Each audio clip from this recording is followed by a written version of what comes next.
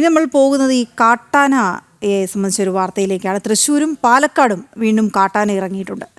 പാലക്കാട് അട്ടപ്പാടിയിലെ ആക്രമണത്തിൽ വനവാസി യുവാവിന് പരിക്കേറ്റു എന്ന വിവരമാണ് വരുന്നത്. തൃശ്ശൂരിൽ ചേലക്കര ജനവാസ മേഖലയിൽ ഇന്നലെ രാത്രിയാണ് ഒറ്റയാനയെ നാട്ടുകാർ കണ്ടത്. ഇതിൻ്റെ ദൃശ്യങ്ങൾ ജനം ടിവിക്ക് ലഭിച്ചു. നമുക്ക് ഇതിൻ്റെ വിവരങ്ങളിലേക്ക് പോകാം. പാലക്കാട് എന്നുള്ള വിവരങ്ങൾ ആദ്യം എടുക്കാം. അരുൺ ആലത്തൂരാണ് ചെയ്യുന്നത്.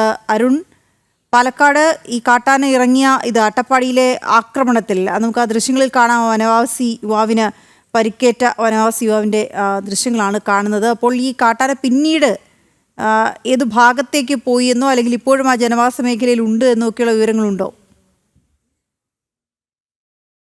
മേഖലയിലേക്ക് എത്തുന്ന സ്ഥിതി ഉണ്ട് എന്നുള്ളത് തന്നെയാണ് പ്രദേശത്ത് നിന്ന് അറിയാൻ സാധിക്കുന്നത്. ഇന്നലെ ഒരു രാത്രി 9:30 തൊളിയൂർ മൂലക്കട റോഡ് സൈഡിൽ വെച്ച് സെന്തിൽ എന്ന വനവാസി യുവാവിന് നേരെ കാട്ടാനയുടെ ആക്രമണം ഉണ്ടായത്. ഈ കാട്ടാന ആക്രമണത്തിൽ യുവാവിന് ഗുരുതരമായിട്ട് പരിക്കേറ്റിട്ടുണ്ട്. തൊളിയൂർ തെക്കേ കടമ്പാറ സ്വദേശിയാണ് സെന്തില്.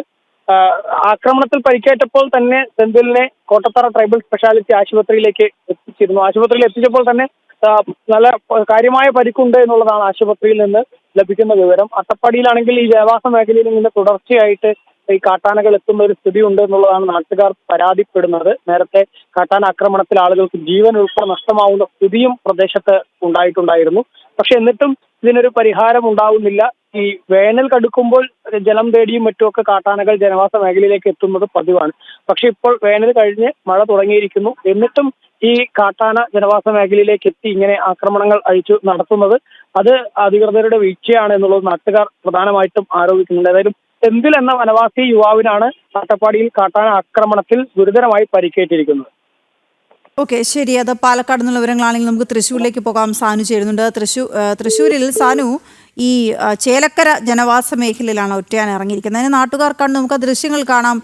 അത് ജനം ടി വിക്ക് ലഭിച്ച ദൃശ്യങ്ങളാണ്. പിന്നീട് ഈ ഒറ്റയാനെ രാത്രി കണ്ടതിന് ശേഷം ഏതെങ്കിലും തരത്തിൽ ഇവർ മറ്റുള്ള അധികൃതരെ അറിയിക്കുകയോ ഇതിനെ നിരീക്ഷിക്കുകയോ മറ്റോ ചെയ്തിരുന്നോ?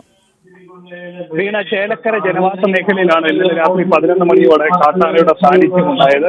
അതായത് തൊണ്ണൂർക്കര തോട്ടേക്കാട് പടിഞ്ഞാറക്കര ഭാഗത്താണ് ഒറ്റയാൻ ഇന്നലെ വൈകിട്ട് 11 മണിയോട് കൂടി ഇറങ്ങിയത്. അതായത് വീടുകൾക്ക് സമീപത്തെയോ ഒറ്റയാൻ ചിഹ്നം വിളിച്ചുകൊണ്ട് അതായത് ഈ ഒറ്റയാനെ തുരത്താൻ ശ്രമിക്കുന്നതിന് ജനങ്ങൾക്ക് നേരെ പാൻ നിൽക്കുന്ന ഒരു സാഹചര്യം ഉണ്ടായിരുന്നു. അതായത് ഈ മേഖലയിൽ പതിവായിട്ട് വന്യമൃഗങ്ങളുടെ സാന്നിധ്യമുള്ളതാണ്. കാട്ടുപന്നിയുടെയും അതേപോലെ തന്നെ ആനയുടെയും ഒക്കെ ശല്യമുള്ളതാണ്. ഈ ഇത്തരത്തിൽ വന്യമൃഗങ്ങളെ കാണുന്ന സമയത്ത് വനംവകുപ്പ് അധികൃതരെ വിവരം അറിയിക്കാറുണ്ടെങ്കിലും കാര്യമായ ഇടപെടലൊന്നും ഇവരുടെ ഭാഗത്തു നിന്ന് ഉണ്ടാവുന്നില്ല എന്നാണ് ജനങ്ങൾ പ്രധാനമായിട്ടും ആരോപിക്കുന്നത്. അതായത് ഇന്നലെ ഉണ്ടായ സംഭവത്തിലും ഈ ആനയെ ജനങ്ങളാണ് തുരത്തിയത്. ആനയെ തുരത്തി മണിക്കൂറുകൾ കഴിഞ്ഞതിന് ശേഷമാണ് ഈ ഭാഗത്തേക്ക് വനംവകുപ്പ് ഉദ്യോഗസ്ഥർ എത്തുന്ന സാഹചര്യം ഉണ്ടായിരുന്നത്.